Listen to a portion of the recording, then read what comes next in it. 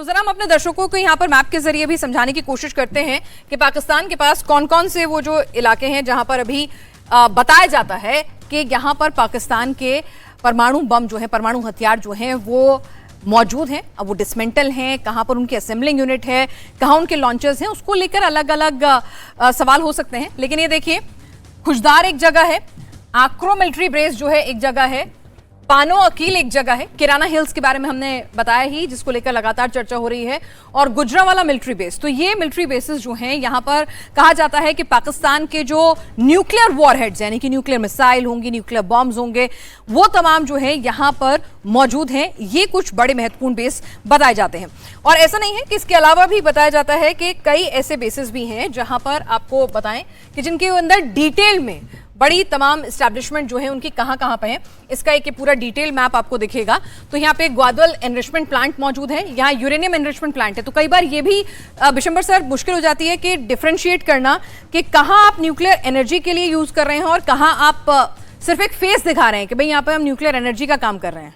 नहीं ऐसा प्रोफेसर साहब ज्यादा बेटर है। देखिए ये मिक्स होते हैं। अगर आप 20% एनरिचमेंट पे जा रहे हैं तो न्यूक्लियर रिएक्टर प्रोग्राम के लिए जा रहे हैं। ये तो जैसे ये है गढ़वाल एनरिचमेंट प्लांट, तो ये ऐसा भी होता है कि भाई ठीक है, हम ये दिखा रहे हैं कि भाई हम ये एनर्जी के लिए और पॉजिटिव सेंस में इस्तेमाल कर रहे हैं। परसेंटेज नहीं बताई गई है। अगर आप परसेंटेज देखेंगे, जैसे ईरान में क्या हो रहा है, आपकी परसेंटेज कितनी एनरिचमेंट की है, जैसे परसेंटेज इंक्रीज होगी आप न्यूक्लियर वारहेड्स की तरफ जा रहे हैं। अगर वो लो परसेंटेज है तो आप रिएक्टर प्रोग्राम के लिए कर रहे हैं। बट आई डाउट कि कितने रिएक्टर्स से वो बिजली पैदा कर रहे हैं। हम तो बहुत ज्यादा यूज कर रहे हैं, फ्रांस 80% यूज कर रहा है, यहाँ पर बहुत कम यूज कर रहे हैं। जब वो बहुत कम यूज कर रहे हैं तो किस चीज के लिए एनरिचमेंट हो रही है? ठीक है सर, एक बार आइएगा। और देखिए एक बात बताऊं, ये तो एटॉमिक एनर्जी वाले इस मामले में तो उस्ताद हैं, क्यों प्रोफेसर जी इस मामले में नहीं वो सर, देखिए मैं एक एक पता है क्या हो रहा है। और खासकर जब कादिर इंसिडेंट हुआ उसमें क्या हुआ, जब इन्होंने प्रोलिफरेशन किया, देखिए ये भी कहती है इंटरनेशनल एटॉमिक एजेंसी कि आप प्रोलिफरेशन को रोकें।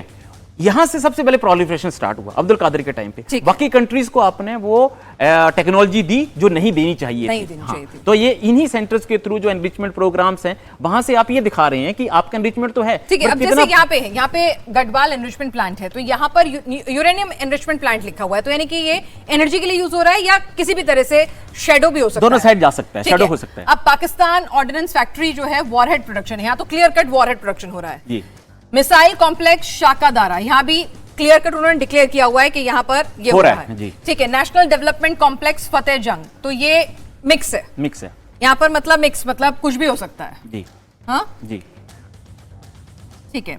और यहाँ पर चश्मा प्रोसेसिंग प्लांट जी, प्लूटोनियम रिप्रोसेसिंग हो रही है। शो कर रहा है कि ये रिएक्टर के लिए, लेकिन ये उस साइड भी जा सकता है, किसी भी साइड जा सकता है। ठीक है। और Khushab nuclear complex plutonium production हो रहा है। देखिए मैक्सिमम साइट्स वही हिंट कर रही हैं कि दिखाने को तो लग रहा है कि ये एनर्जी हो रही है, पीसफुल पर्पस के लिए करे, क्योंकि जैसे ही ये कॉम्प्लेक्स इंटरनेशनल एजेंसीज के साइट्स पे जाएगा तो वो देखेंगे oh it is for peaceful purpose. But कितनी परसेंटेज ये पीसफुल पर्पस के लिए जा रहे हैं, वहां पर लिमिटेशंस है और लिमिटेशंस हमें शो नहीं की जाती। ठीक है। और सर देखिए, जो इनकी लॉन्चिंग की बात कर रहे थे आप बिशंबर सर, तो देखिए कि आसपास ही देखिए एयरबेसेस जो हैं वो भी साथ ही साथ मतलब मौजूद बताए जा रहे हैं जी।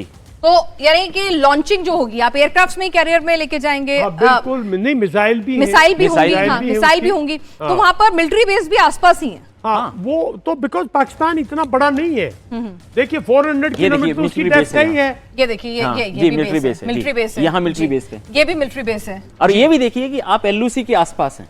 हाँ, तो सारे उसका टारगेट मेन है, मेन टारगेट इस साइड है, उस साइड नहीं, अफगानिस्तान की साइड नहीं। एलओसी के आसपास आप इसलिए कह रहे हो बिकॉज उसका जो टेरेन है ना, देखिए जो नीचे पूरा का पूरा उसका पीना, देखिए आप पूरा का पूरा सिंध प्लेन है, पूरा पंजाब प्लेन है, शो विंडो में है प्लेन में बिल्कुल। फिर या तो उसकी कोस्टल लाइन है, बलूचिस्तान उसका डिस्टर्ब्ड है, तो उसको ये सबसे जो ये एरिया है उसको सबसे सेफ लगता है बिकॉज उसकी माउंटेनियस टेरेन है, वैलीज हैं, हाइट्स हैं। यहाँ ये एक बेल्ट है जो कि आप समझो पीओके से निकल के और ऐसे बैक साइड में, जैसे जब हमने देखा एक्टिव बेल्ट, सरगोदा वगैरह से निकल जाती है, तो ये एक बेल्ट है। ओके।